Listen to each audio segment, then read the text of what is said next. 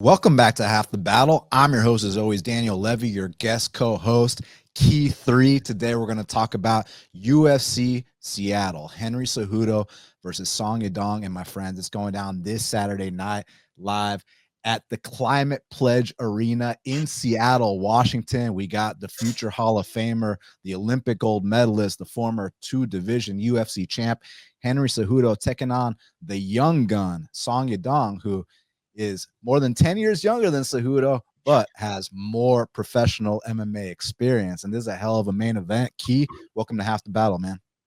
Yeah, thank you. I'm glad to be on. Glad to be on. This is an exciting card. I think we got some low-key bangers on here. It is, man. And let's not waste any time because let's get right down to business. Because in that main event, we got the future Hall of Famer, Henry Cejudo. He's 16-4. Taking on Song Yadong, who's 21, 8-1. Currently, they got it. Song minus 265. The comeback on Henry is plus 225. So, man, if you would have given me these odds in 2020, I'd put 5 units on Henry Cejudo in this spot, man. I felt like he left the game when he was on top of the world. That performance he had against TJ Dillashaw, that performance he had against Dominic Cruz, I felt like this guy was just operating on a different frequency. And you take that Olympic gold medalist background and you put some strength and conditioning behind it. I mean, he was doing all his work at Neuroforce One, which is like they have Fight Ready, which is like the gym in Arizona. But if you actually got money, then you can go do the strength and conditioning program at Neuroforce One. Henry's rich as fuck. So his strength and conditioning program during his prime years was unlike anything I'd ever seen before. If you go to the Neuroforce One Instagram page, you can see some of the exercises that they had him doing.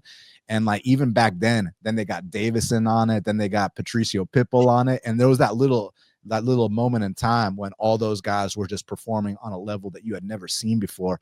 And it was truly a shame that Henry left when he did. Now I get it, leave on top, you defended both belts, what else is there to do? But Dana White said it best, like this guy literally left money on the table, left flat out in his prime, and it couldn't have been a dumber move.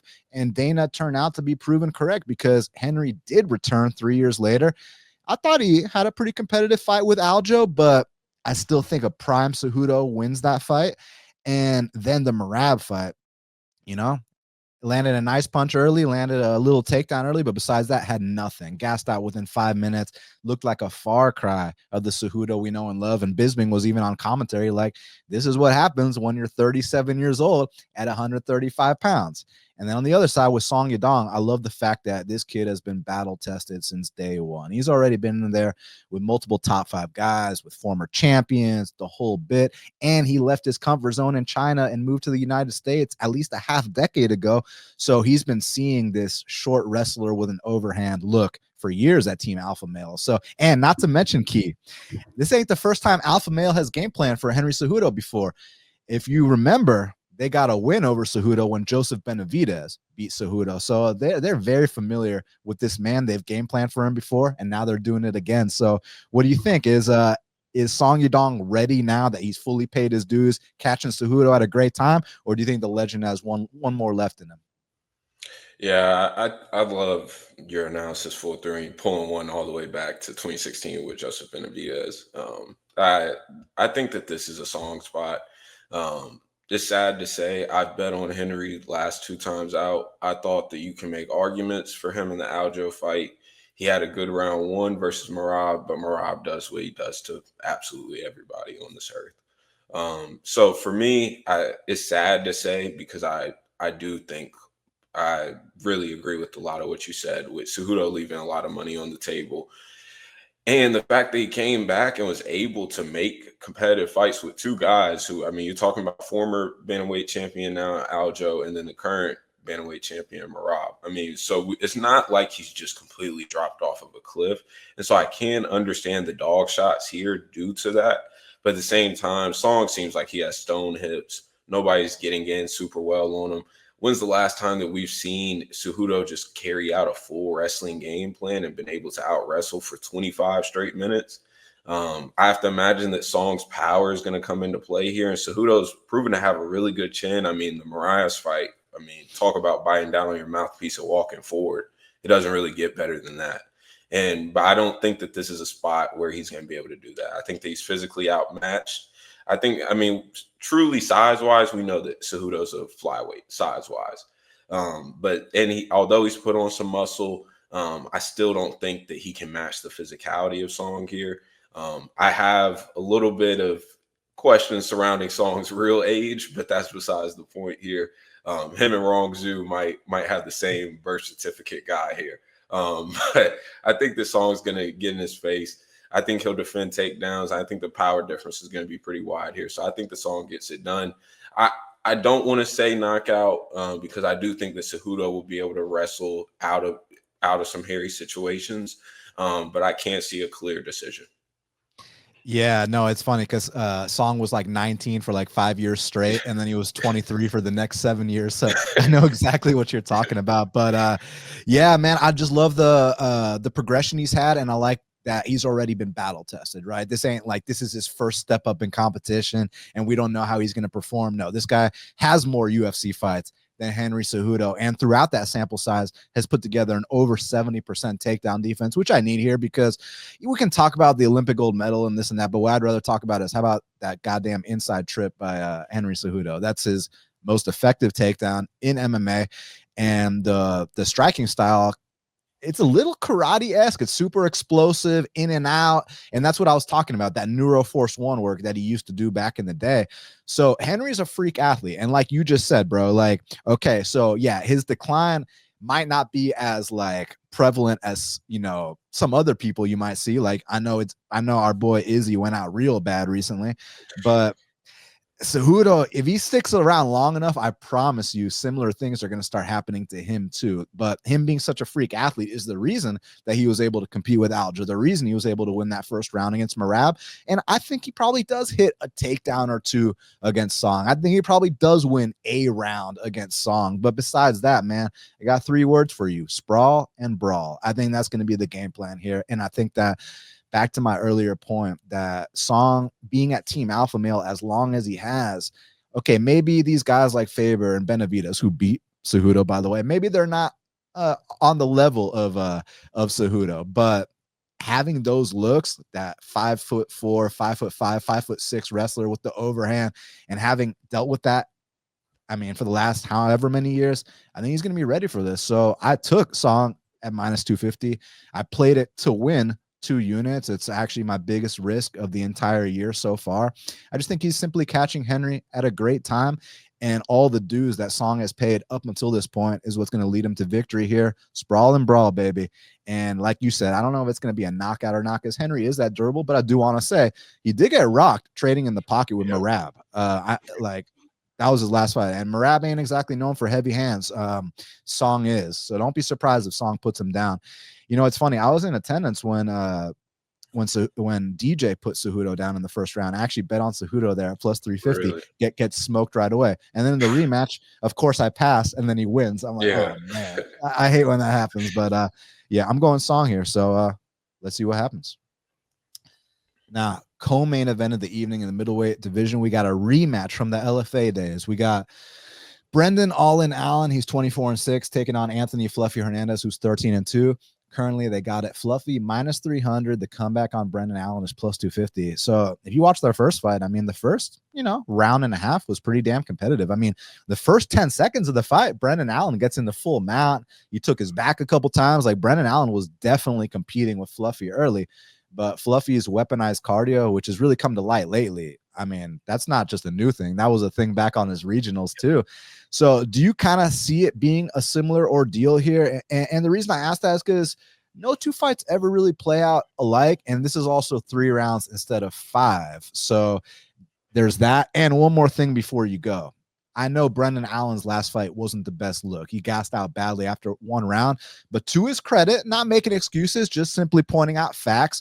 Not only did he go to France to fight Imavov in that fight, he was already dealing with jet lag, but 2 fighters on that card were blood tested after weighing in, and Brendan Allen was one of them. And like, that is like the definition of fucking with a fighter. Like, you're messing up his whole rehydration schedule and program by making him do a blood test after he's already completely depleted, and then you expect him to rehydrate and perform at his best the next day. So that's why, in my opinion, Brendan was pulling guard in round 2 and flopping to his back and looking the worst he's ever looked in his entire career. That's my opinion, but this is a brand new matchup. How do you see it going down? Yeah, I think a great point by mentioning the blood taking, because I remember that whole ordeal. And Brendan beforehand, even before taking that fight, said in interviews that he refused to go to France and all that stuff. He was proven right by all the fuckery that he dealt with while there. But I think that here we're going to get the same story that we saw in the LFA fight. I don't think that Hernandez will obviously look as dominant due to the fact that this isn't a 5-round fight. And honestly, I wish that they would just keep Fluffy in 5-rounders from here on out. I think that that's the way to sell him. I think that he could headline a fight night card in a 5. I think it's completely fine. But I think that here, I expect Allen to have some sort of success. We saw him get on the back. We saw him in mount. Like we've seen their exchanges. And I think that this, it's not like it's going to be a complete wash on the mat, but Fluffy's pace is just like no other. I mean, you're just working all the time. It's nonstop. And so I think that here, I can see Allen having issues in round 2 and round 3 on the feet. I'd like to see Allen, and I know that it can potentially lead to some caught kicks and takedowns, but I'd like to see him go to the body. We've seen Hernandez, lose to body shots. If we remember Kevin Holland, I know Kevin Holland doesn't remember for a lot of good things currently in MMA. Oh, he's making us a lot of money. He's making us a shit ton of money. That is a fact. But I think with Hernandez, we've seen that he's been soft to the body. Kopylov also had a couple good body kicks. I would like to see Allen go to the body early and see what happens from there. But this price is hard for me to swallow as a Fluffy fan. Minus 300 is a little tough in what I think will somewhat be a competitive grappling match. But I do think that Hernandez gets it done.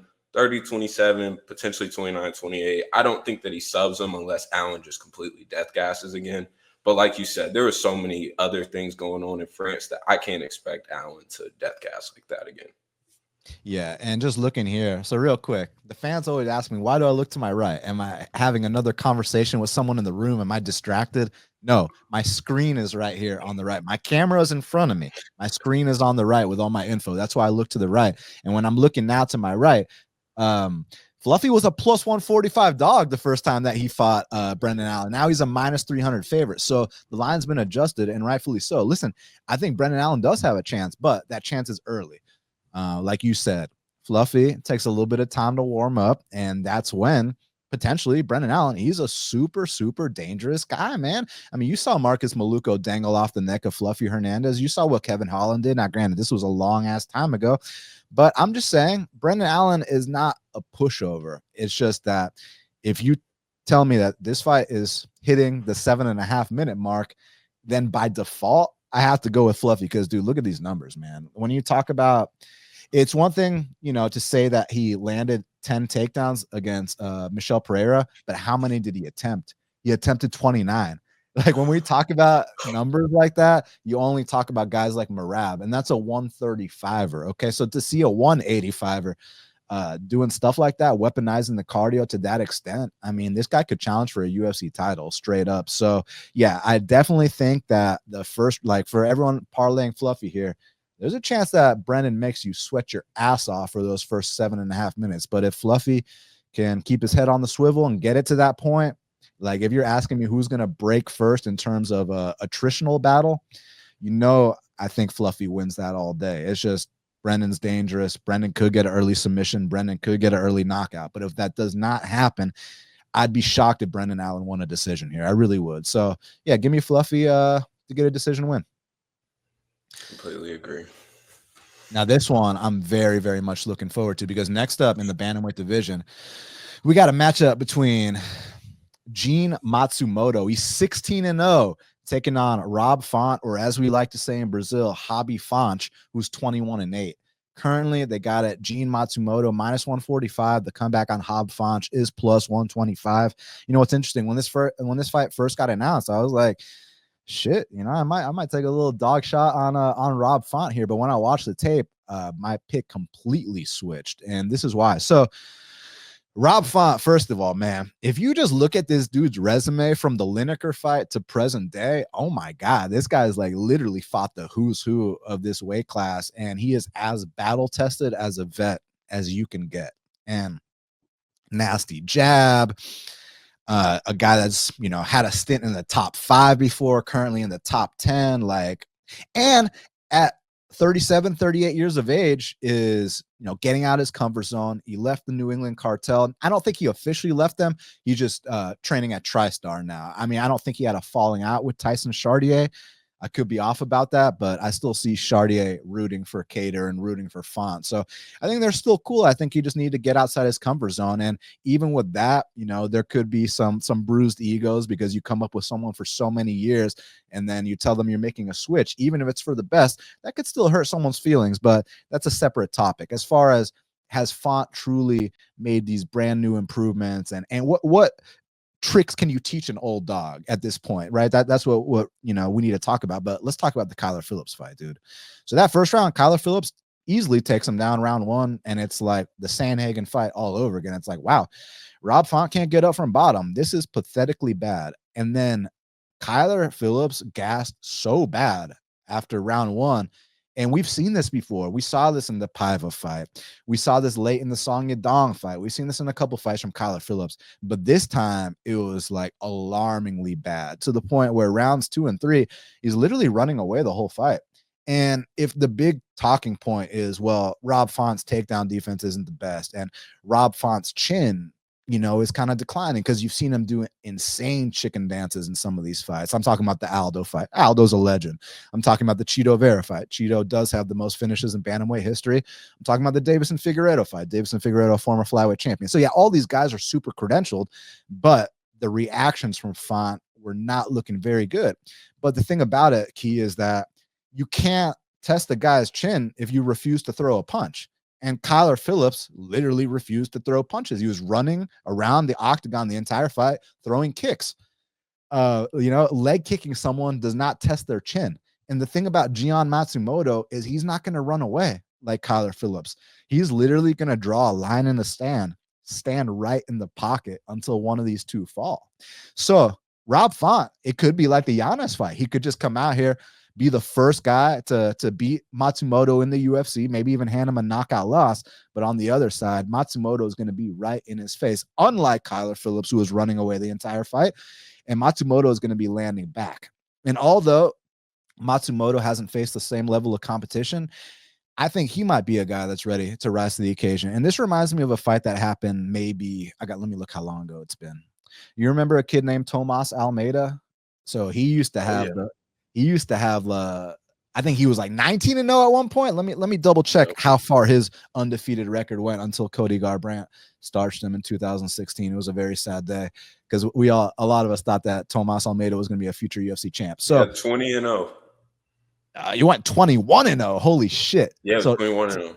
So this dude got to 21-0, right? But he fought Font when he was 22-2. So like still a great record, right? But the thing about Almeida was that he just didn't have the durability. Like his chin had left a long time ago. Like even a lot of the fights that Tomas Almeida was winning, he was getting rocked all over the place, but he'd have these insane comebacks. Whereas this dude, Matsumoto, although he does take damage, he's still at a point where his chin is intact. His chin has not left him yet. When his chin finally goes, it's going to be really sad with his fighting style. He's going to start getting knocked out left and right. But until that happens, right now, this guy's durability is on point. And despite the experience difference, like, am I worried about Rob Font taking him down? No. Am I worried about Rob Font humping legs, getting submissions? No. The only thing I'm worried about is that goddamn long ass jab, the experience, the straight right, stuff like that. Because Gene will trade in the pocket with him. But man, I think that Gene's durability is a little bit better than Rob Font right now. And as a result, I think these two are going to stand and trade until one man falls.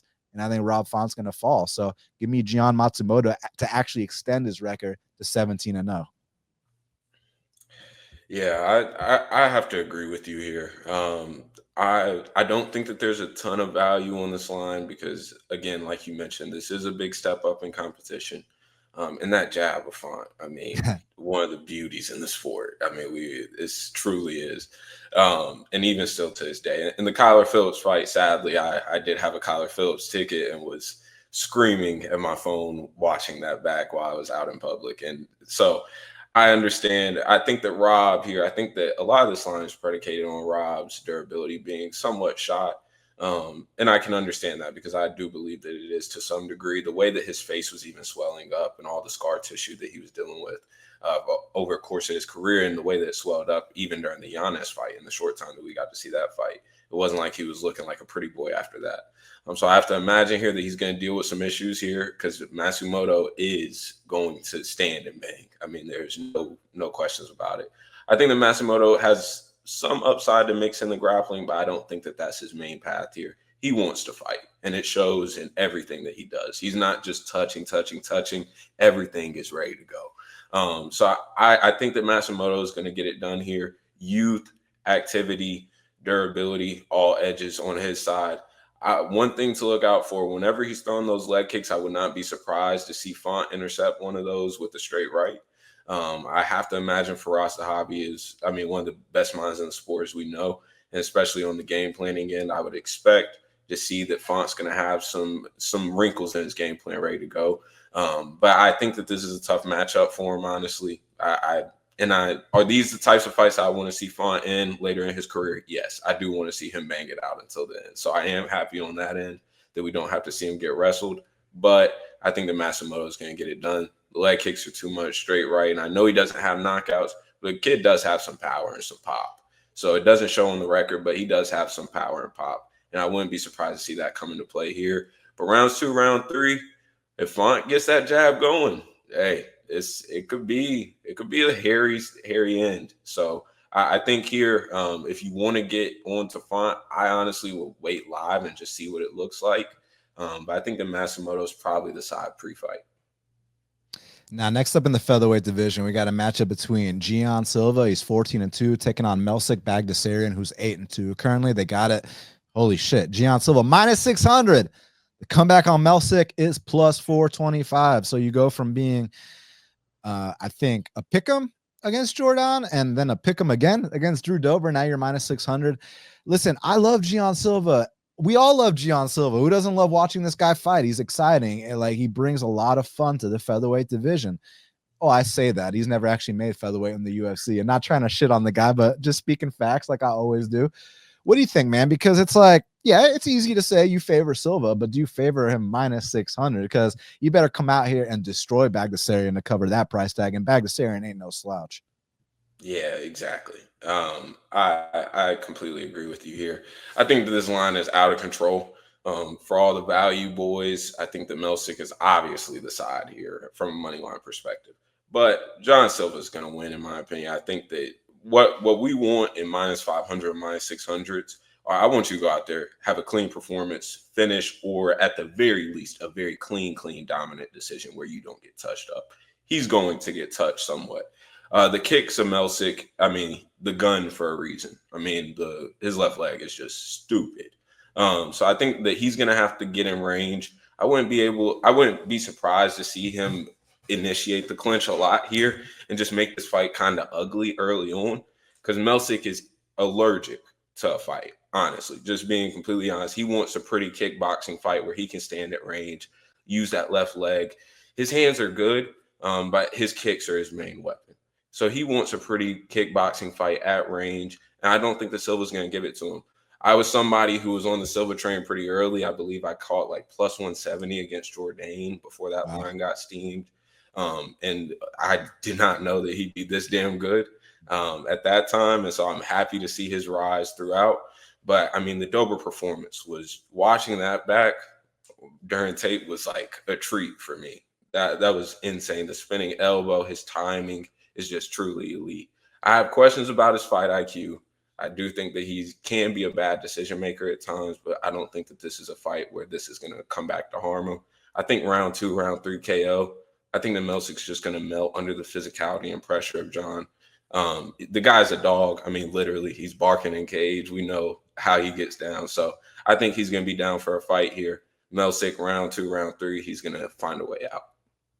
Yeah, you know something, man? I was surprised Melsik's 33. For some reason, I thought he was like 26, only 8-2 as a pro, but I guess he's had a long kickboxing career. And because I was gonna say, only 10 pro fights in MMA, taking a year or two off. Maybe he comes out here, you see a bunch of improvements. Because I do feel like he's a kid that's improving. But the thing about it is, I never viewed him as a guy who was like, a year or two away from the top 15. I always viewed him as like, look, this is a solid guy who's gonna put on entertaining fights. And if you're not ready for like the top 30, Melsik will absolutely expose that. But I view John Silva as like a guy who's like a fight or two away from the top 10. So it's just different trajectories.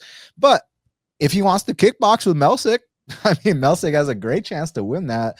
And Gian sometimes fucks around a lot. I mean, not sometimes, a lot of the time.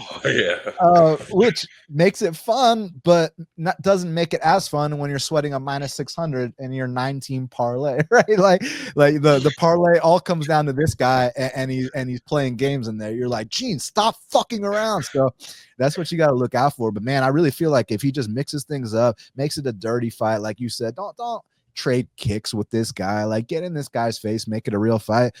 And I think he wins, but I'm not entirely convinced he looks minus 600 doing it. But let's see. Maybe he does. But I mean, he looked I think, not to cut you off, but no, you're good.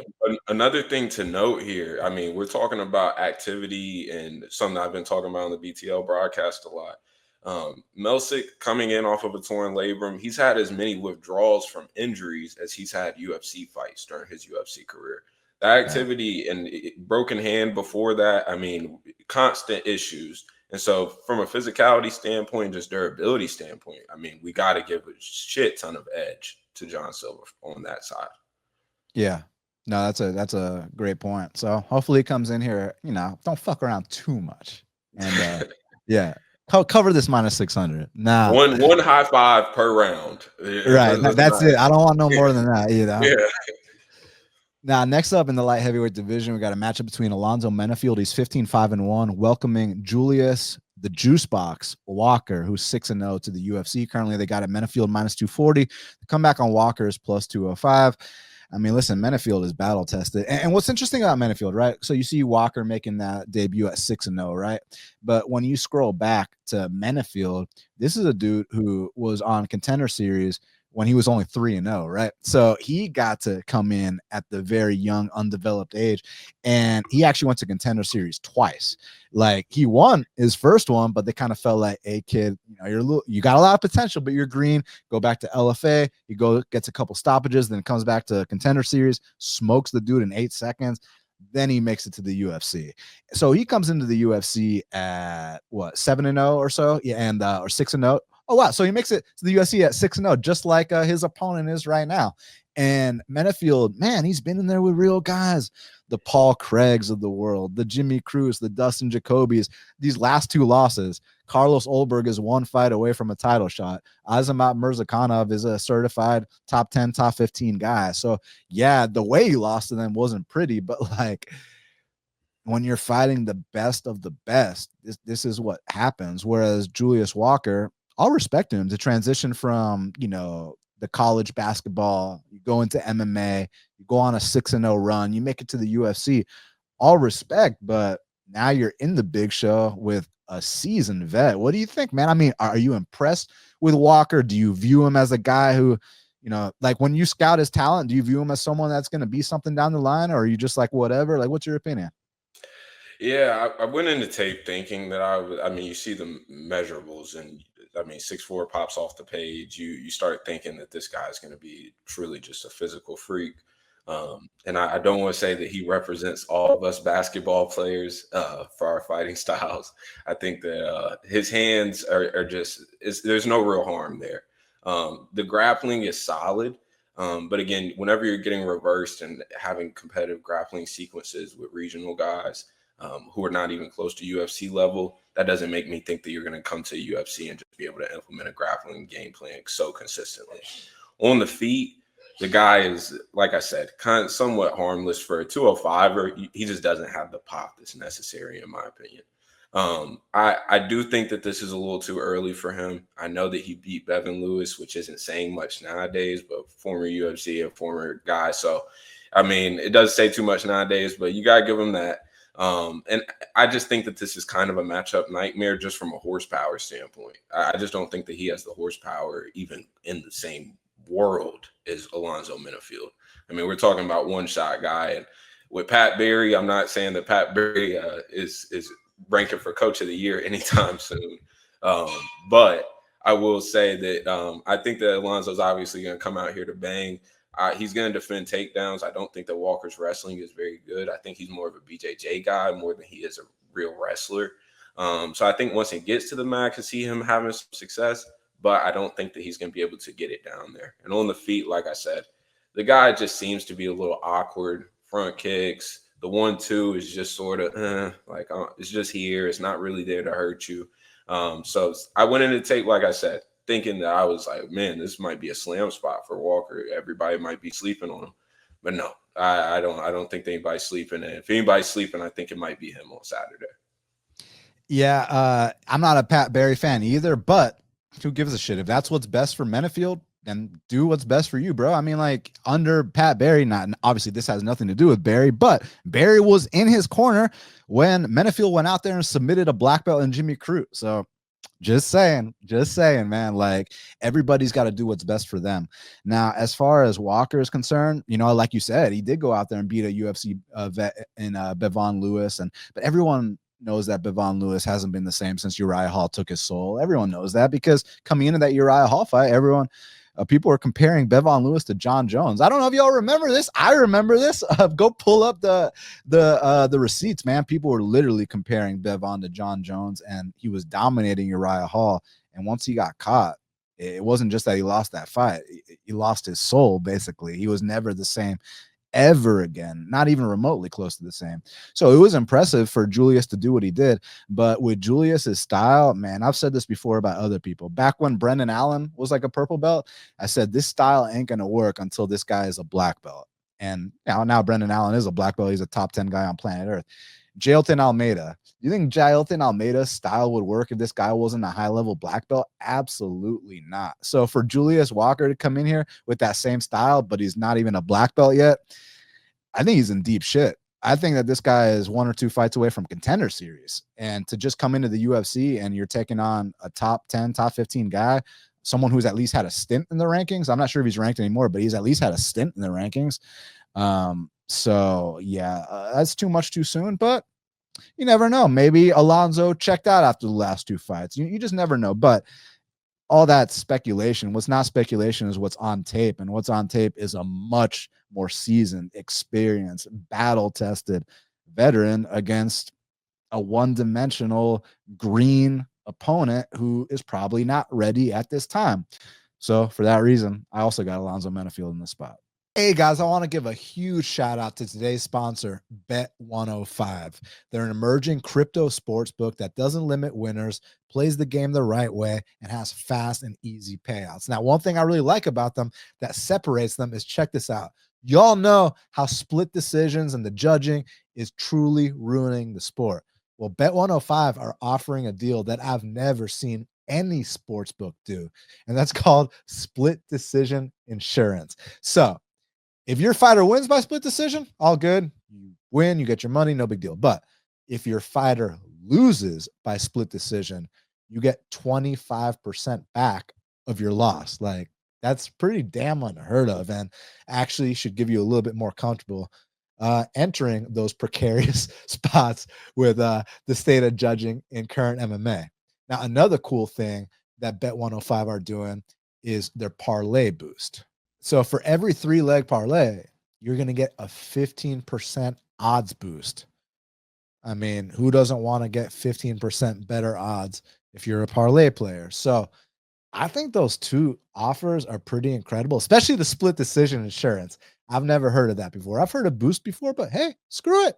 Go get yourself a 15% boost on those parlays. But the split decision insurance is something that separates Bet105 from everyone else. So the way y'all hit them up is you click the link in the description. That way, when you sign up, you support Half the Battle too. So thank you, Bet105, for supporting Half the Battle. Thank you to the fans. And also, big thing, give me feedback, because I give these guys direct feedback from what y'all say, and they tailor and adjust the game accordingly. You know, this is supposed to be a user-friendly experience, and this is where the pros play. So make sure y'all check out Bet105. Click the link in the description, and Thank you very much, Bet105, for supporting today's episode of Half the Battle. Next up in the light heavyweight division, we got a matchup between Ion Cutelaba. He's 18-10-1. Taking on Ibo Aslan, who's 14-1. So Moldova versus Turkey. And currently they got it. Ibo Aslan -170. The comeback on Cutelaba's +145. Listen, Key, I love the potential on Ibo. I mean, anytime you're a guy that goes out there and just swings bombs, tries to take people's heads off, you're not sniffing crotch, you're not making the crowd boo, you're going out there and putting on the exact kind of fights that the fans want to see. I mean, how could I not be excited to watch this guy fight? But that being said, you know, you're not fighting Rafael Cerquera, who was beating 1-1 guys and literally, like, when you watch that Cerquera fight, and we'll get to Cerquera when we talk about Bukauskas, but I can go ahead and talk about it now. That was disgusting. Like, okay, so let's give credit to Ibo. Yes, he's a heavy hitter. He's got many knockouts on his record. This is not to take away from Ibo whatsoever. But Cerquera, like, when Cerquera was getting hit by Ibo, like, what kinds of things do you want to see from fighters when they're getting hit? Because to me, it's not a big deal that he took a loss. People take losses all the time. It's not a big deal that he got caught. People get caught all the time. Here's what's a big deal to me, Key. He did not throw a single punch back. He did not make a single attempt to tie up. He did not make a single attempt to go for a takedown. He was just like, here, punch me at will, freely, please. You know, like, that was like, why even watch that when analyzing this fight? Because Cutelaba is so battle tested. And we talk about guys that come into the UFC at young ages and they have to fight the guys that this guy's fought, the Glover Teixeiras, the Jared Cannoniers, the Magomed Ankalaevs, et cetera, et cetera, et cetera. And honestly, when you look at Cutelaba's last few losses, I don't know if people notice this, but let's talk about something in common that all these people have. Felipe Lins, PFL heavyweight champion. Kennedy Nzechukwu, current ranked heavyweight. Johnny Walker moving up to heavyweight. Ryan Spann moving up to heavyweight. Magomed Ankalaev challenging for the UFC light heavyweight belt next week. Glover Teixeira, former champion. Jared Cannonier, title challenger, just won a main event last week. We can write off the Circuna fight in 2016. Okay, 9 years ago. So he's got one bad loss, and it was 9 years ago. The rest of these, man, like I said, they're all heavyweights and champions and title challengers. Like, these are real fucking guys, man. You've paid your dues, kid. You crushed the grapes. Now the question is, Key, does he drink the wine? I believe so. In this spot, I already posted earlier this week on Twitter. Cutelaba is my free bet of the week, and I think that this is a great spot for him. I think that people are sort of getting recency bias on Aslan just because he pretty much used a heavy bag for 30 seconds. Like, this isn't making sense to me. I'm old enough to remember, and it wasn't too long ago, whenever everybody was calling Ibo trash right before the Pleasure Man rematch. And so you're talking about a guy that the whole community was off of and pretty much just saying this complete shit. And then now he's -170 against a real vet, like a real vet that isn't 40 years old. Like, you're talking about somebody who's still 31 years old in Cutelaba. He's been around for a long time, yeah. He's still 31. Still has a lot of the physicality and pop that he's always had. The explosion is still there. I think what really comes down to in this fight, and yeah, could Cutelaba probably make this a little bit easier if he decided to proactively grapple? Yes. And I hope that he does for my sake. But even on the feet, Cutelaba has gotten better defensively, a lot more responsible. And yeah, I know that the record shows bad and he has funny clips and all that stuff, but he's rolling with punches. He's shelling up. I mean, he's showing real process in the pocket. Whereas with Ibo, we're just seeing big hooks nonstop in the pocket. I'm not only talking about the last fight versus Cerquera, but we've seen this in all of throughout his whole career. It's just big hooks once he finds the button at all. And so I think for Ibo here, I think that if he's smart, he gets on the leg kicks pretty early. And I think that that's his main path to trying to cover this price tag is leg kicking, and then hopefully finding the shot once Cutelaba is a little bit less mobile. But I think that Cutelaba is going. I mean, he matches the horsepower and probably it goes way further than Aslan in this case. And I think too, I don't get where we're just thinking that Ibo is just going to gas out round one. I mean, his cardio started to. I mean, he's been able to pace himself better. He's not Ibo just or Eon. Eon, my fault. Yeah, Eon. And so with him, I mean, we've seen him being able to pace himself better, whereas we're seeing Ibo get into wars with Pleasure Man and fighting to the death in round 3. Yeah, twice. And in the first one, we're talking about where he gave up his back, submitted, and you're talking about Mount. I mean, he looked awful, absolutely awful on the mat. Like he never grappled a day in his life. And now I realize his takedown defense has gotten a little better, and I have to assume on bottom that he's probably gotten a little bit better. But some of the trips and the single legs that Cutelaba is snatching up, you're not getting that after a few weeks of training and working on takedown defense. And so I think that Cutelaba is going to be able to wrestle here. I wouldn't be surprised if he even knocks him out or submits him. So for all those reasons, I think that he can win by all 3 methods. I think that he's going to be able to get that overhand. And so I think with Aslan, I know that everybody's magically high on him now just because he hit a heavy bag, but I think that he's about to get his real welcome to the UFC moment here against a real vet. And for the record, half the battle picked Ibo in his first 2 UFC fights. Because I was like, how the hell are people picking the Pleasure Man? That dude, I hate saying UFC fighters suck, but you know, it is what it is, man. And when I say that, I don't mean that I'd beat them in a fight. I mean at the UFC level. Pleasure Man went like 0-3, 0-4. So I mean, technically I'm right. But yeah, like my thing with Ibo, right? Like I said from the beginning, I love watching him. I mean, like I said, when you just come out there and fight like a man, these are the kind of guys I want to watch fight. But I just need to see more before I'm willing to really, invest in him as a prospect. Like when I first saw Jamal or when I first saw Carlos Olberg or Yuri, it was like obvious to me that these guys are future top 5 guys, potential future champs. Whereas with Ibo, I don't really know enough. Like I've watched his whole career. I love his knockouts. I love his style, but let's talk about this last fight against Pleasure Man, the second Pleasure Man fight, the UFC one, right? And it says that he stuffed 11 takedowns. So everyone's like, oh, his takedown defense is so much better. Bro, did you see those shots? Those are the ugliest fucking shots I've ever seen in my life. It's not like, Pleasure Man was deep on shots and you saw a nasty sprawl by Ibo. No, this guy shot from a mile out head first, like telegraphed. Yeah, and Ibo just shucked him away. Like, bro, now we're dealing with someone who has got a bit of a Sambo background, a Moldovan. This is a little bit different here. But the thing about Iwan, the reason I'm not as confident as you is because Iwan has been a little bit flaky. Iwan is hit or miss at times, but Iwan is also so damn experienced and has been in there with some of the best of the best. And more importantly than all that, that last performance I thought was a huge step in the right direction. I felt like that was a really well-rounded performance against a dangerous opponent. I was calling that dude, he was up there against the white Jimmy Manoa. Like that dude, I'm telling you right now, that Ivan Arslan guy, like he might have dropped his debut, but I'm going to say, assuming that he has at least 3 more UFC fights, right? Because you get that 4-fight contract. I guarantee you he will at least have 1 or 2 brutal knockouts in there. Like just keep an eye out for that kid. He's no slouch. And I liked what I saw from Iwan. I'm shocked that shit was a split. And I bet on Arslan in that fight. I bet against Cutelaba. And the fact that was a split, I was like, wait, what?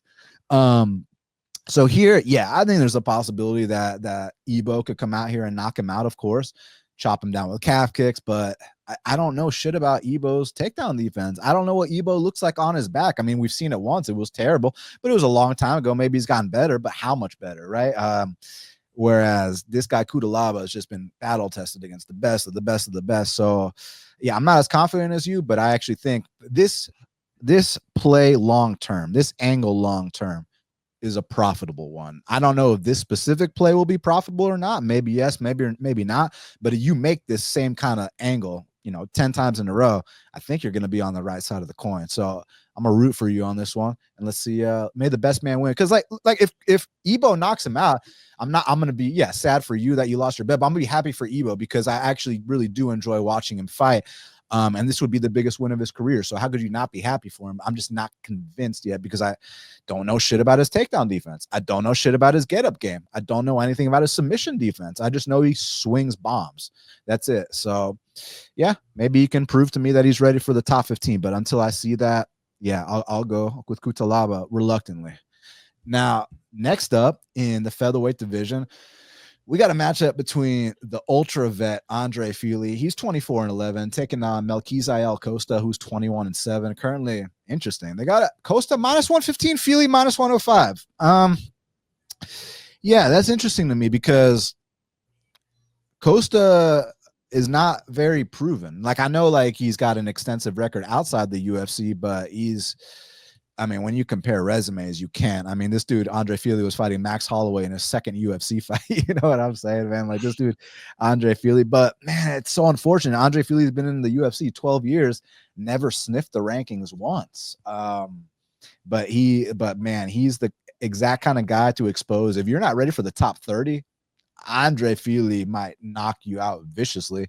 And then he also go to close split decisions with some really tough guys. So Andre Fili's a skilled guy. He's probably one of the best 500 fighters in UFC history. Like him and Michael Johnson, they can beat anyone, they can lose to anyone, you know? So I'm a fan of these guys, but you just have to accept them for who they are, right? Like you can't get mad when they let you down, and you can't get overly excited when they cash for you. You just got to take it one fight at a time with guys like that. And with Costa, I gotta keep it a buck, bro.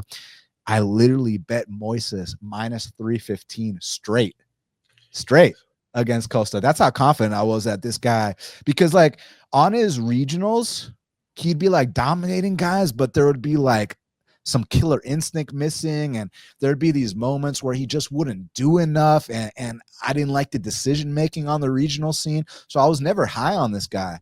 And then he comes into the UFC, like I said, I bet Thiago -315 straight. And then Costa, he beat Austin Lingo and Shailan, and and Steve Garcia knocked him out in between them. So I didn't get involved in any of those next few fights, but I'm just not a believer in this guy. But the thing about it is Fili can literally lose to anybody. So that's why I don't want to plant my flag on Fili. I do kind of feel like the experience of Fili and the length. I think he's got faster hands. He's got nice head kicks. He's got well-timed blast doubles. It's just on the receiving end when he starts taking shots. I haven't liked Fili's reactions to shots for years. So my thing is, I think Fili should be favored, actually. I think it should be kind of like, -130 Fili, something like that. But it's not enough discrepancy for me to get involved. I'll pick Fili, but pass. Yeah, I agree. Then I'll try to keep it pretty short. Like you said, Fili, on one day he looks like he's top 10 material. The next day he's getting knocked out by somebody. I mean, you just don't know. He's not the type of guy that I feel comfortable laying a unit on, honestly, because it's like a coin flip. Am I going to get the Fili that looks like he's flowing and he's in rhythm and he's just cruising and dancing in there? Or am I going to get the guy that's stiff as a board and that's going to get loose, and then next thing you know, he's knocked out? Costa, I think, is kind of mid. We know that he's good on somebody's back. I know that he's going to be able to throw a decent amount of volume here. I don't think that he has the real power to make Fili pay for a lot of the striking defensive issues that Fili has. But again, what Fili am I going to get? And I don't know. So for me, it's a pass fight. I picked Fili, but I'm probably not going to get to a point to laying real money on him. And this is nothing new, guys. I mean, Fili, he'll be dominating a fight like against Miles Jury and then randomly get dropped with a spinning back fist. He'll be dominating the fight against a 41-year-old legend in Cub Swanson. And then all of a sudden, Cub Swanson almost knocks him out. So it's like, yeah, I'd proceed with caution. Like, yeah, I think he's way better than this guy, Mel Costa. I'm not a Costa guy. I'm really not. I've never been. But as someone who historically has love to fade Fili, +250 on Joe Anderson Brito. I lost a split decision on Bill Algeo. Like I've been betting against Fili for a long time. Nothing against him. I love the guy, but it is what it is. We separate our fandom from how we make bets. But Costa's a guy I also looked at fade. So it's a fade versus a fade, but one of the fades is like 10 times more UFC experience, right? So, and I just think he's the more skilled guy, but god damn that chin. And him and his girl, they just I think they either just had their first baby or they're about to welcome in their first baby. So congrats to Fili on that. That's incredible. But you've been sleeping properly, like you've been recovering, like you've been, like there's a lot of questions. It's enough for me to just pass altogether.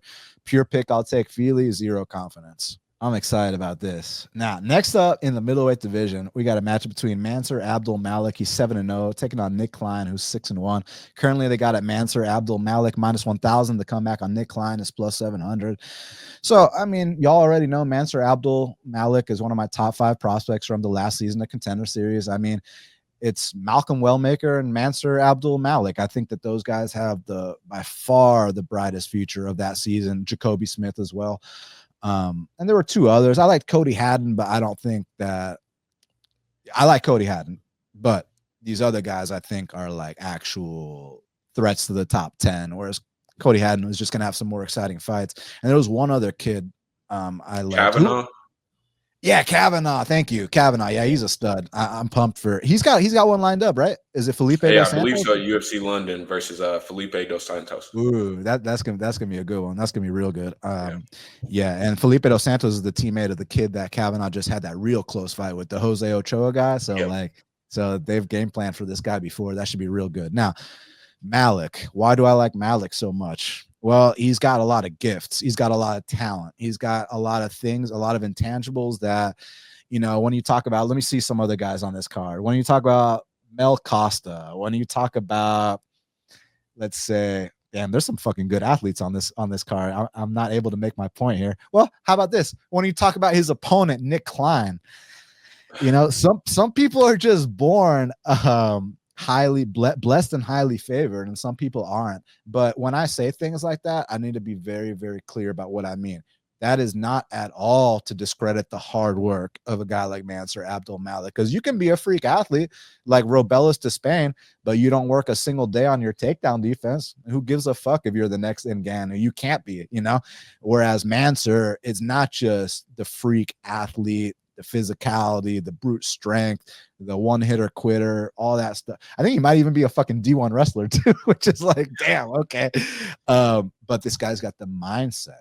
This guy's got an incredible head on his shoulders. You hear him talk, he's highly intelligent, and he comes out there with game plans. So when you have all the freak athlete attributes, but then he's got the mind for it too, I mean, I think that this guy is going to, as long as they bring him up the right way, you can't just go ahead and put him in there with Fluffy yet. You know what I'm saying? But like, give him Nick Klein, give him 3 more Nick Kleins after that.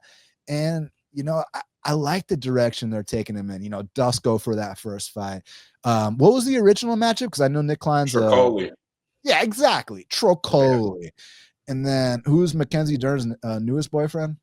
Oh wait, no, I was thinking about my boy Marco Tulio. No, he's with Norma Dumont. Now keep Tulio and Abdul Malik separate. What we want to do with Tulio is we want to do Tulio versus Kevin Holland. You know what I'm saying? To give, yeah, hey, Tulio's only 1-0 in the UFC. Yeah. I mean, we can't act like that's a death sentence. He's only 1-0, so that's how this sport works. Dog eat dog. Listen, Nick Klein, I respect him. He's one of these tough, gritty grinders where like. He'll take that ass whooping up front, and if he's still there and you start breathing heavy against the guy like him, he can backpack you.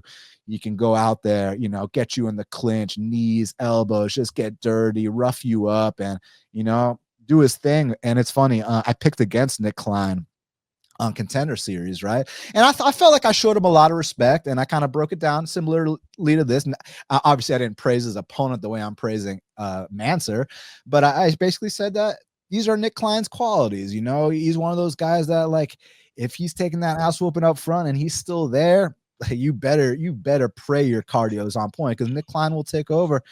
But I picked against him. He told me how much I suck in the comments.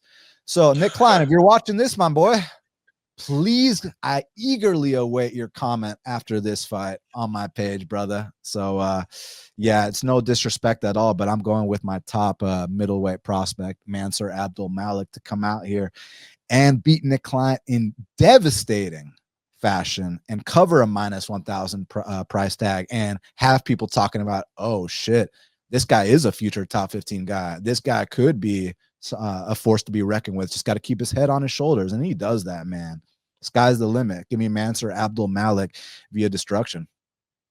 Yeah, I completely agree here.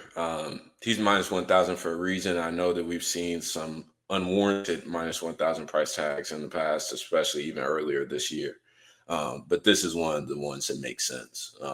Nick Klein has even said in interviews that he understands the physical advantages that Malik has here, and that he's hoping to extend this fight to round 3 and just sort of see what happens. But I don't think that there's much of a chance that he makes it around 3. I agree with Dan here. I think the Malik's going to get it done in devastating fashion. I usually don't parlay big prices at all, but I got down on minus 550 with Malik. And I'll take that little bit of value because I think that he completely justifies every bit of this price tag. So, like Dan, I'm very excited to see where he goes in the future. I mean, when you beat a line by $4.50, I mean, what else needs to be said? You did your job. Malik could get knocked out in the first 5 seconds, and you made the right bet, which some people won't understand what I'm saying right now, but you do. And that's why you're on half the battle today. Now, next up in the bantamweight division, we got a matchup between Ricky Simone, he's 20-6, taking on Javid Basharat, who's 14-1. Currently, they got it Basharat minus 250. The comeback on Simone is plus 210. Man, if this was Farid Basharat, I'd max bet this at minus 250. No cap, just straight up. Just I think Farid Basharat to me is the Gabriel Bonfim of the Basharat brothers. Like I think Gabriel Bonfim is a future top 15 guy. Don't get me wrong, I think Ishmael is good too, but I think Gabriel is a future top 15 guy. Whereas I think Javid's good, but I think Farid is a future top 15 guy. So you get me Farid against Simone, it's a no-brainer. I guess the big question, man, is what do you think about the current form of Simone? Because, you know, back in his day, he finished the current champ Marab. He beat Montel fucking Jackson. But I know you've noticed that injuries have kind of played a toll these last few fights. And granted, he's been fighting incredible competition. But I know you noticed the 2 ankle braces. I know you noticed that he don't got that same umph he used to have. You know, people were talking like Ricky was a future title challenger at one point, and it's trended quite opposite of that. So what do you think here? Yeah, I remember watching his last win. Actually, I was watching it with my pops, and my dad is a longtime MMA fan. Got me into sport as I was a kid, and I remember him watching it live. And he doesn't know a lot of the current UFC fighters, but I remember him watching him live, and he was like, "Man, that kid right there can fight." Talking about Simone whenever he ran through Jack Shore, and there was just a crazy physicality difference in that fight, and it seems like we haven't seen that same guy since. And I know Song Yadong, I mean, that's a hell matchup. Bautista, that's a rough go. And Loke Dog, we didn't know at the time how good he was, but we damn sure know now. So it's not like he's just been dropping off a cliff, losing to bums, but at the same time, he has not looked like himself. I hope that he's coming in healthy here because I do think that he has some strong upside. I know my boy Drive from the BTL broadcast that I do every week. I know that he's already posted Simone as his free bet of the week. And so I think there's a solid look, and I can't blame anybody wanting to take that because Basharat, I think that his margins are kind of slim. I mean, he doesn't have a shit ton of pop or anything. Yeah, he's a solid grappler and can find his way to winning a lot of scrambles. But I'm unsure if he's going to have that type of success against a guy that's built like Simone. I mean, just a brick house guy that you're talking about is nonstop pressure if he's coming in healthy. So I think that there is value on the Ricky side. I know that he's underperformed in these last 3, and for whatever reasons those may be, I know that he's getting this fight where he wants it. So I have to imagine that that Ricky's going to come in here ready to go. But Basharat, I think maybe slight fave might make sense. He does have good process on the feet. He checks a lot of boxes. And I'm interested to see the form that he comes into after two disappointing performances. People forget, even in the Henry fight, people were expecting him to blow through Victor Henry, and that was a competitive fight the whole way up until the nut shot. So you're not talking about a guy that's had really a dominant performance since early 2023. That's pretty crazy for me to be backing a guy who hasn't had a dominant performance in that long at minus 250 against a guy that's been a proven top 15 guy, main evented. Like, you're talking about a real dude here. So I have to say Simone's probably the side. I'll see if I get to that, get down on him later this week. Yeah, it's an interesting fight, man. So about Simone, even in his prime, I've always thought he was a little chinny. You know, I remember when I max bet him against 40-year-old Uriah Faber, and Uriah knocked him out with the first punch. I also remember prior to that on Ricky's regional scene when Anderson Dos Santos dropped him and choked him out.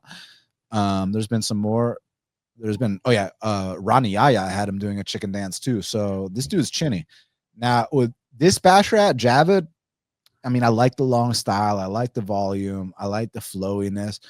But I hope he's toned down the arrogance a little bit. I think that he kind of got ahead of himself a little bit. I think he kind of thought he was God's gift to fighting, which happens often with these undefeated fighters. You know how this shit goes. People got to get humbled from time to time. And that's exactly what's happened. You know, the way he acted after the Victor Henry fight, when you nut punt a guy and they literally show x-rays of this dude's balls are like the size of beach balls, and he's trying to say that he quit. Like, look, if it's a fight to the death, okay, but this is a sanctioned sport. Like, what are you talking about, dude? And then the next fight against Zahabi, you were minus 800 there, my friend. You know what I'm saying? And did not even look minus 200. So, yeah, but it's been a year or two since then. Those were humbling experiences. I'm sure he's hungry beyond belief. And Ricky has not looked like Ricky. Now, to your credit, you said Ricky's kind of fighting in his backyard. That's true, right? Like, this is close. Yeah. So that's good. And Ricky, far more experienced, be far better competition.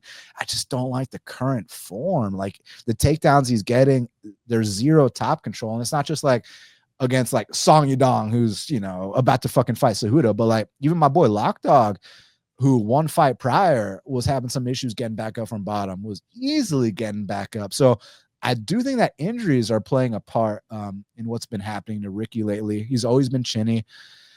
I'm gonna lean a little bit towards Javid, but yeah, I wish this was Farid, man. If this was Farid, bro, it wouldn't even be a question for me. It would be, I'd have already laid this minus 2.5. But on Javid, I'm good. I'll pass. I'll pick Javid, but yeah, I'm good on, you know, on a bet there. Now, this one's interesting because next up we have an 175-pound catchweight bout between Nikolay Veretennikov. He is 12-5, taking on Austin Vanderford, who is 12-2, making his UFC debut. Currently, they got it. Nikolay minus 150. The comeback on Austin is plus 130.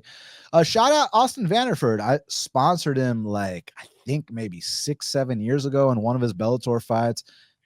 Super nice guy. So yeah, I'm happy to see him make it to the UFC. Fought some stiff competition on his regionals, man. I mean, this motherfucker was out there with Fabian Edwards, who is one of the best middleweights outside the UFC. Musasi, one of the best middleweights of all time.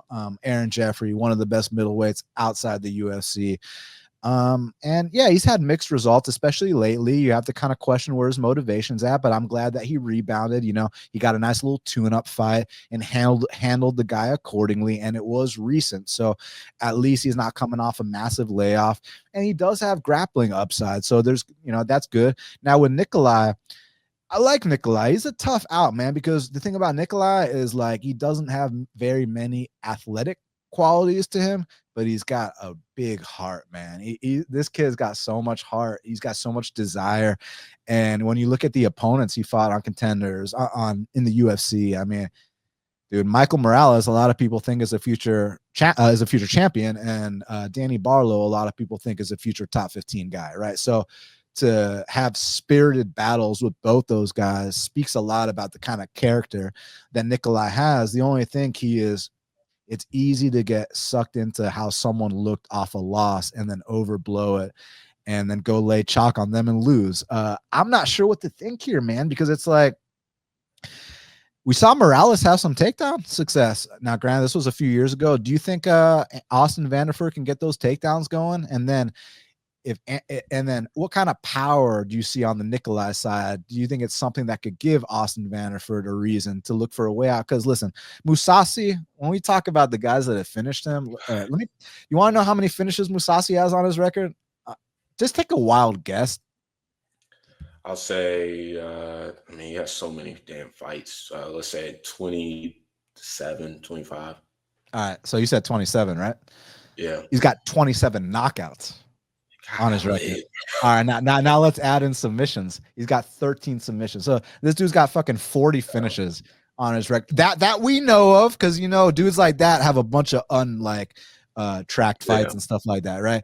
And then on the other side with Aaron Jeffrey, now obviously he's not the kind of finisher that Mousasi is, but we're still dealing with a guy with 10 finishes, 9 knockouts, beat Douglas Lima, he's beat some real guys. So it's not like he's out here losing to slouches. But I obviously did not like the reactions when he got hit with those shots. I didn't like the fact that the nearest sign of adversity, and he, you could say he looked for the door, whatever the case, but those were real guys at least, and he bounced back. You think Nikolay could put him in how do you even see this fight going? It's tough for me to even think about. This is a really, really awkward matchup. I'm not a big Nikolay guy. But going back on tape last night, I have to give him more credit than I've given him in the past. His left hand is real.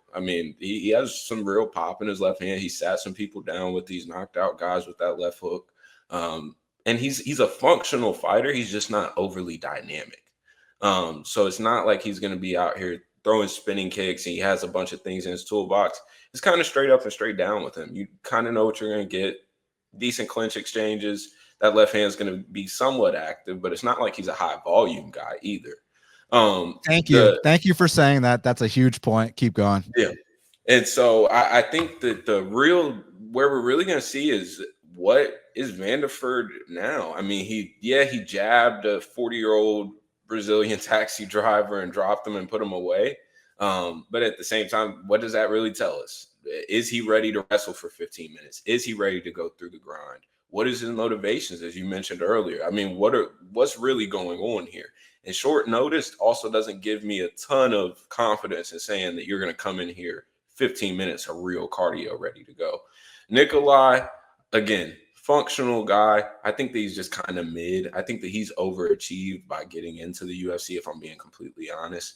But I do say he's a solid guy. He's not going to just come out here and just get starched in the first exchange.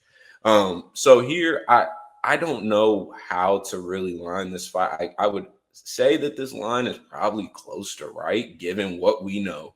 And what I've been talking about on BTL broadcast a lot lately is activity. And Nikolay's been super active as of late. You're talking about 2023 on, he has 4 fights. And you're talking about Vanderford. I think that his last fight was his first time stepping in the cage since late 2022. And so for those reasons, I have to give Nikolay a slight edge and make him the slight favorite. But I do have questions about his process. And I also we saw Morales have a little bit of wrestling success. I'm interested to see if Vanderford's never been super dynamic on top, but he's always been a solid wrestler. He's always been able to get those hands locked. His double legs have shown to be super explosive. Am I getting that same guy, though? I don't know. And so for that reason, it's a pass fight for me. But I'm actually this is one of the fights that I weirdly have kind of circled on the card, because I actually want to see how this plays out. Man, so I think the original matchup was Veretennikov versus Billy Goff, right? Was that the original? Yeah. Bro, I actually liked Veretennikov in that spot. No disrespect to Goff. I just think that he gets hit way too much, and there wasn't really a wrestling option to negate what was going to happen to him on the feet. Whereas here, like you said, which Austin are we getting? But then again, the 2 losses, although they were awful looks, were against stellar competition that Nikolay, sorry, were you about to say something? And out of weight class too. I know that this will be at a catch weight at 175, and I think that Vanderford is his true weight class. I mean, taking his fight career seriously is 170. I think that he's acknowledged that in recent times. But I mean, you're talking again, as Dan mentioned, some of the best 185ers in the world outside the UFC. Those are the guys that he's losing to and going to competitive decisions with. So you have to put that into context. Also, Nikolay has not even seen close to that type of level yet. Yeah. So man, I love the Nikolay versus Goff fight because I like Goff, but I feel like Goff's kind of a punching bag, and that would have been a really good spot for Nikolay to get his first UFC win. Now here, what does Vanderford really want to accomplish, man? Because he don't need this shit. Like, bro, you're making 6 figures, you know, tapping page on your page, tapping page on your page, like, you know, multiple times a week. Shout out to you, dog. Like, why would you even need a fight? But then again, if it's truly been your dream to be a UFC fighter since you were a kid, now you get that chance. Yeah, the hunger factor is enough for me to pass, but I actually do think that if Vanderford shows up in his true form, I think he can come out here and 30-27 times 2, 129-28, you know. Yeah, just get that wrestling going, man. And every time that I've seen Nikolay wrestle before, that's when cardio issues come into play. But if you want to have a low volume kickboxing matchup with him, then, you know, you probably ain't the brightest. But Vanderford, his meat and potatoes is, you know, grinding people out. So hopefully that's what he does here. But yeah, I got to see it first before my money gets involved. But as a pure pick, I'll actually go Vanderford for the upset here. Now, next up in the middleweight division, we got a matchup between Nursultan Ruzaboyev. He's 34-9-2. I repeat, 34-9-2, taking on the newcomer Eric McConico, who's 9-2-1. Currently, they got it Ruzaboyev minus 270, McConico plus 230. So a little bit of trivia for you. I asked you about how many finishes Gegard Mousasi has. Now let's talk. So this man, Nursultan Ruzaboyev, 34 wins, right? Out of those 34 wins, how many are finishes? Just name a number. He's finished on probably about 29, 30 maybe. Close. So out of his 34 wins, 32 are finishes. And 12 are knockouts, 20 are submissions. And when you're talking about fights that have ended via finish, this man is 32-2 when fights have ended inside the distance. 32-2. Now, on the flip side, when fights have not ended inside the distance and they've gone all 3, this man is 2-7. So what does that tell you? That tells me if McConico does not get knocked out by this 6'5" marauder, he might be a live underdog here. What do you think? Yeah, I think he's very live, honestly. Just got to make it out of round 1. What I'm worried for on the McConico side is he does get hurt pretty consistently in his fights. And it's not, sometimes it's just, he's just getting caught with random stuff. So it's not like he's just chin up in the air, just ready to get bonked. But he's just getting caught at weird times. And against guys who aren't the greatest. But I will say he has solid process. He goes to the body. I wish he would have more volume, but he picks his shots pretty well. He grinds against the cage. He can wrestle a little bit, can get on top. Coming out of the MMA lab, you got to be able to check all the boxes. I mean, it's a solid camp, and we know probably got some good doctors too, but a very solid camp at that. And so these guys we know that he's going to come in with a solid game plan. I'm pretty sure Cannonier's flying in to corner him. He mentioned earlier this week. So those are always great things to see whenever you got good guys in the gym with you. On the Ruzaboyev side, Ruzaboyev, in my opinion, is pretty round 1 or bust. He lacks process on the feet. I don't think that he fully understands that he is so much bigger than these guys and could manage range so much better than what he does. He doesn't really fill the spacer with anything. It's really just he's waiting on that right hand and waiting to counter with something. And luckily, he's found those finishes in this UFC run so far for the most part. And I did back Joaquin Buckley at, I believe, it was minus 150 range for about 3 units against Ruzaboyev. And that fight, I thought Buckley was minus 400 there. He was minus. No, I think he was minus 150. Seriously? Yeah, on Tapology, it says that Ruzaboyev was plus 115 at close. Wow. How the fuck did I Yeah, think he was minus 400? Interesting. Keep going. yeah.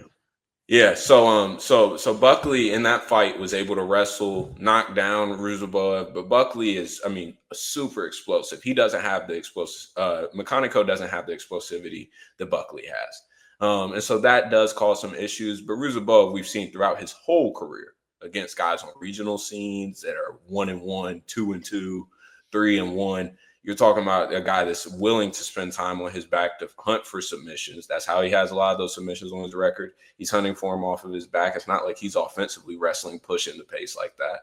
And so you're talking about a guy that's losing minutes off of his back and pretty much losing until he's winning pretty consistently. And so for that reason, at the UFC level, I think that you can't say, oh, this is a great parlay piece, because the process isn't there. The cardio is suspect. And although I think that the cardio has gotten a little bit better since being with the Philly boys, Sean Brady and the guys up there, I still don't think that he's a grinder that's going to be able to grind it out for 15 minutes. And that showed even in the Buckley fight. And so I think that here, I can say I can understand all dog shots on McConico. It can end up looking bad because he is somewhat chinny. And we know that Ruzabov hits like a truck. That is one thing that you can't deny about him. He hits like a truck, and that length is a problem. I'm interested to see how McConico deals with the range in round one. Is he just completely staying out? Is he trying to get in? Because that's really awkward to try to get inside against. I mean, that reach, 6'4", 6'5", I mean, that's really weird at these weight classes. And so I think that those are the issues for McConico, but I do think that he has a better process and is the better mixed martial artist. I'll put it like that. Ruzabov might be the better winner or the better fighter, but I think that McConico mixes the martial arts better, and I think that he's going to be able to, round 3 decision, I could see it very much so for him. And I think that Ruzabov, most of his win equity is all in round 1 and early round 2. Yeah, I mean, Rizaboyev's dangerous as hell. As you know, 32-2 to the finish. Like, come on, man. But 2-7 to the decision. There's something to be said about that. And also, people can maybe make claims about, certain opponents that this guy's fought. That record might be a little bit padded. Remember, his brother was supposed to make his debut against Jared Gordon. I don't know if you took a look at that record, but did you see the photos on fight week of his brother? I did. I did. Yeah, man. So listen, so the thing with McConico, right? Like when we're talking about 2 debutants, like McConico and Julius Walker, right? So the reason I like McConico better than Walker is because I still felt like Walker was like 2 fights away from like even getting a contender series shot, and now he's fighting like a top 15, top 10 guy. Whereas like this dude, McConico, I liked what I saw on his regionals, and he was like beating UFC vets like early in his regional career. Like that Maki Patolo fight, he stood and banged with coconut bombs and knocked him out standing. Like, and he was like, he had half the experience of Maki at that time, which I really like to see. And I like the well-rounded approach, man. I like him on the feet. I like that he mixes in takedowns. I like his ground and pound. I like his top control. I like his submissions. Now he's just got to do it at the UFC level. I know this short notice, but yeah, it's just, I can't do minus 270 when a guy can't get back up from bottom. Yeah, completely agree. And you talk about Ruzaboyev, training in Philly now, which I respect. Anytime, like we talked about with Song, he left China to go train with Team Alpha Male. Same with Yan Xiaonan. Shout out to both of them. Zhang Wei Li, she didn't go to Alpha Male, but she left China and went to all kinds of places, Bang Tao or something, like wherever, what I'm saying? They're getting out their comfort zone. So Ruzaboyev going to go train with Joe Pfeiffer and Sean Brady, that's a big step in the right direction for a guy who his takedown defense is lacking. His get up game is lacking. That's what's cost him in a lot of fights. So hopefully for his sake, those looks are getting him a lot better. He can come out here, have a great performance. But until I see that, and again, it is a risk on McConico because it is his UFC debut. We don't know how he does at this level, but he's a plus 230 dog. It's not like we're talking about a minus 115 pick. So yeah, for me, it's dog or pass. I'm going to look into it a little bit more, see what the weigh-ins are looking like, and possibly end up with a small shot on the dog. But I'll pick him out. And right? Definitely. And another thing to note, lastly, is, I mean, we're talking about short notice, and Ruzabov is truly taking both guys are taking this on short notice. But McConico's been through a full camp. He was supposed to fight last weekend at Tough Enough. He's supposed to headline that card for, I believe, the weight championship in a 5-rounder. So, you're talking about a guy that's been through a 5-round camp already. He's been prepared at the lab. And Ruzabov pulled out of his last fight. I believe that was supposed to be at 308.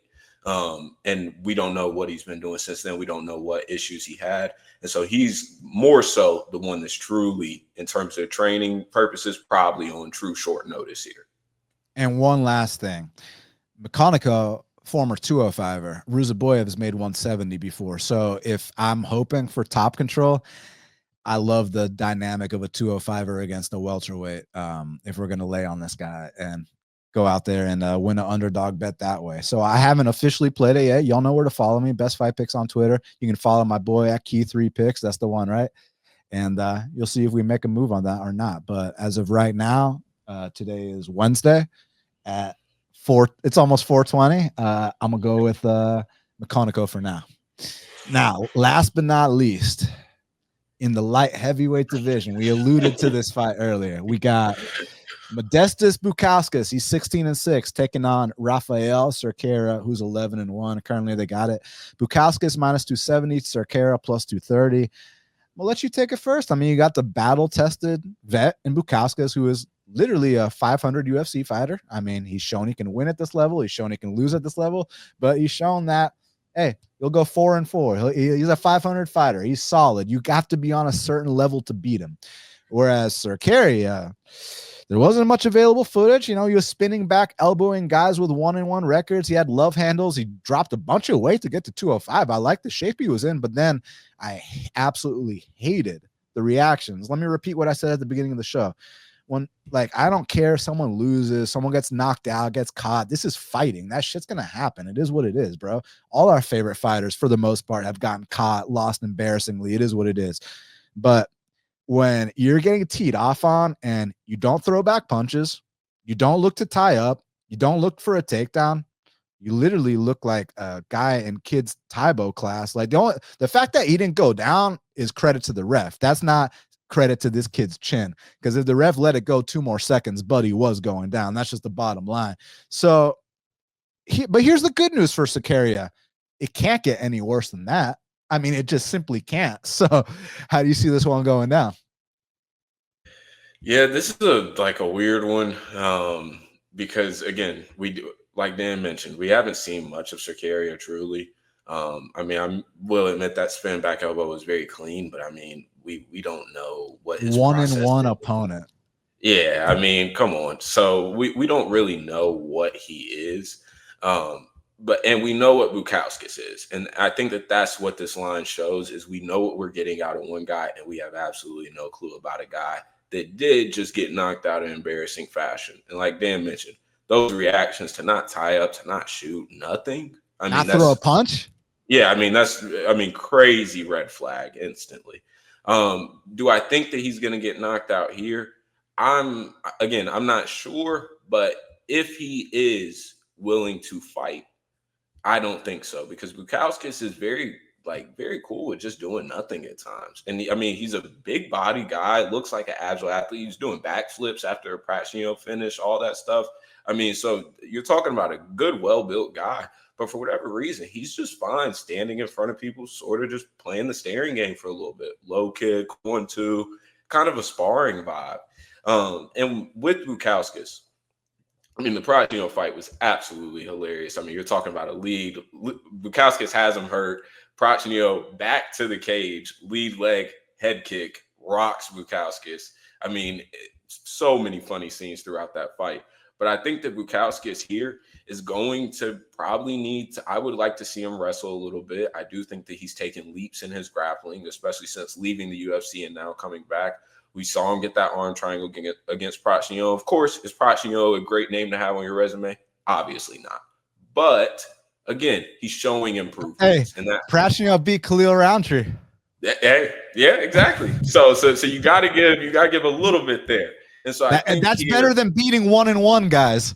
No, that's a fact. And so I think that you gotta give a lot of upside here to Bukauskas. I do think that he probably gets a decision. So I would look at some decision prices across commercial books, especially FanDuel, DraftKings will probably give out some good prices. So I think that that's an interesting way to play this fight. But again, we don't know because we just haven't seen enough of Sakaria. The YouTube owner that has all the videos is hiding them. We've seen this with Dana White Contender Series. So manager play stuff involved, people hiding videos.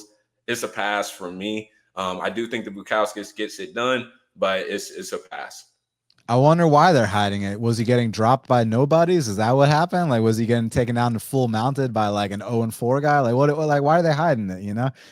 So yeah, especially now that he's in the UFC. Like, I get it. Like, if this guy was coming on Contender Series, you don't want anyone to know anything about him. This and that. Okay, let's hide the footage. But like, you're in the UFC, kid. Like, but yeah, I feel you there. Look, but Bukowskis, we know what he is. He's a little bit on the slower side. It's funny because he's 6'3" with a 78-inch reach. So it's like some physical attributes are definitely there. The experience is there. He's got some unorthodox kicks too.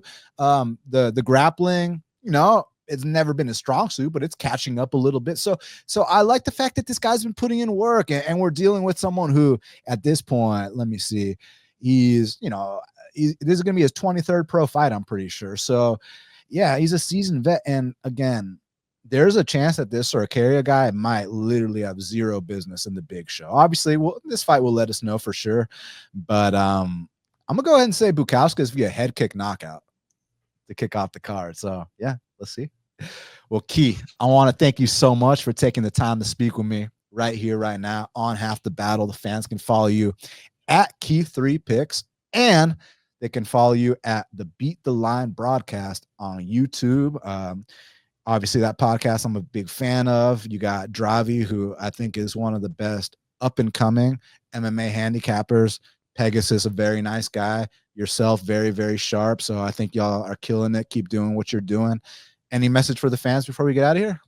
Yeah, again, thank you to letting me come on. It's dope to come on somebody's show that I've been watching for a long time. One of the OGs in the game. You truly deserve your flowers in this community for doing stand-up work for all this time. One of the good guys in the community for real, especially with all the BS drama that we see sometimes. It's refreshing to have guys like you around in this community. Again, as Dan mentioned, y'all can follow me at Key3Picks, Beat the Line broadcast. We do podcasts every week, breaking down all the fights. Dub Club is in my bio. You can get access to all my picks, all the bets that I have, prize picks, underdog fantasy. I do DraftKings cores for DFS. Members have been cashing out. I was up over 79 units in 2024. We're already in the green this year and looking to keep it rolling. So make sure you tune in. Again, show some love to Dan. Make sure you hit that subscribe and like button. It was dope coming on. I appreciate you having me on, my guy. Absolutely. We'll do it again soon. Make sure y'all definitely check him out. Key3Picks, Beat the Line broadcast, and stay humble because you're doing a great job right now. Like, don't let these results get to your head because this is a long ass term game. And I've seen so many people come and go throughout the years. They come out hot like it's no one's business the first 3 years. Then they fizzle out. Then they delete their record. Then they come out as a new name. Like, yeah. You know, if you have a bad year, you have a bad year. There's always the next year. So just keep doing what you're doing, brother. And for all the fans, thank you all so much for all your support. Please smash the like button, hit the subscribe, leave me a comment, share if you feel so inclined. I'm on Twitter at Best Fight Picks, on Instagram at Half the Battle Pod, on TikTok at Half the Battle Podcast. Shout out to my boy Meticulous for the incredible graphics, the thumbnail, all the work that you do behind the scenes. You are the man. And again, to the fans, thank you all again very, very much. And until the next time, let's cash these bets.